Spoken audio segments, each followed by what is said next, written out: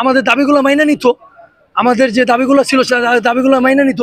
DC Masud কেন আমাদের উপর টিয়ার সেল মারবে, রাবার বুলেট মারবে, কাঁদানি গ্যাস মারবে, বলে কিনা জলকামান মারছে।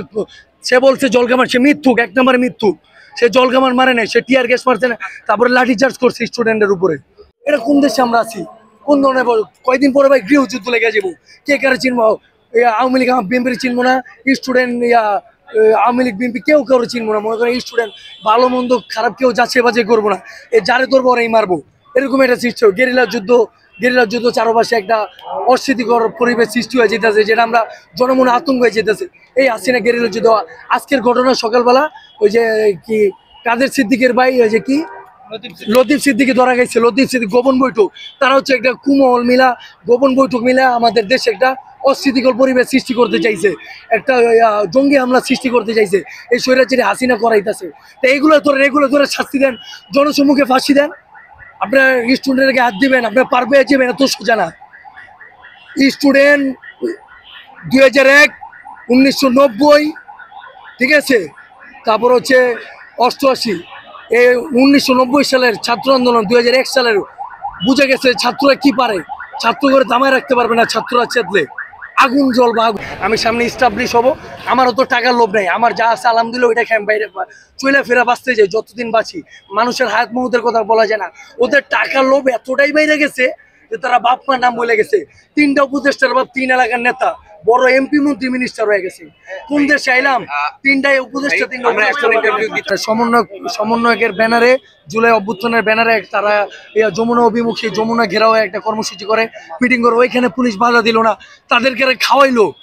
তাদেরকে বুঝে যেতেছে এটা হলো উপদেষ্টা নাতিপুতি, নাতি ছেলা, আর হলো নাতি ছেলা পুতি ছেলা। হাসিনা কইছে না আমরা রাজাকারের নাতিপুতি, আসা আমরা এরাই হলো ইউনিসের নাতিপুতি।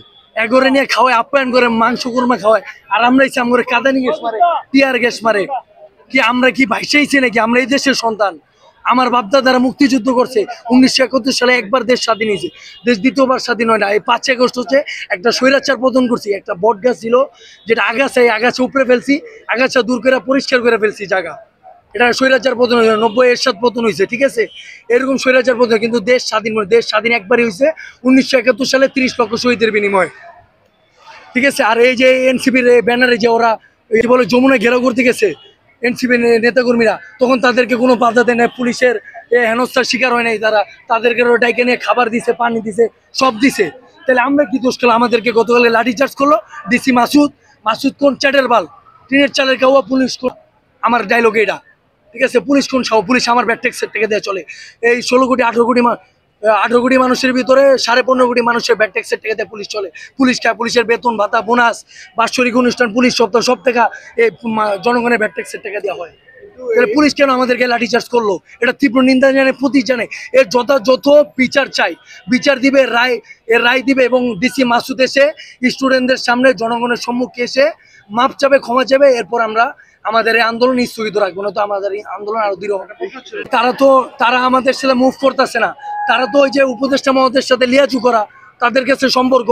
যেমন 5 তারিখে সরকার প্রথম যেদিন হয়, সেদিন ওই যে প্রথম আলোয় না কোন জায়গায় একটা মানে উপদেষ্টা হয় যারা আসিফ মাহমুদ, নাহিদ ইসলাম, ওরা গেছে, ওরা বলছে যে এর একটা ভিডিও ফাঁস হয়েছে যে এই তত্ত্বাবধায়ক সরকার উপদেষ্টা কিন্তু ডক্টর ইউনূস কেন আমাদের সুবিধা হবে, আমাদের লাভে। এই ভিডিওটা ভাইরাল হয়েছে কিন্তু এই নিউজটা। তারা সুবিধার জন্য ডক্টর ইউনূসকে উপদেষ্টা বানায়, আজকে উপদেষ্টা বানায়, তারা একটা মূর্তি বানায় রাখছে, তারা স্ট্যাচু বানায় রাখছে, তারা সব কাম করতেছে, তার কথাই চলতেছে, সব তার নির্দেশে সব চলতেছে। অবৈধ খারাপ এই যে লুটপাট, চাঁদাবাজি, সব দখলদারিত্ব সব এরাই করতেছে, উপদেষ্টারাই করতেছে।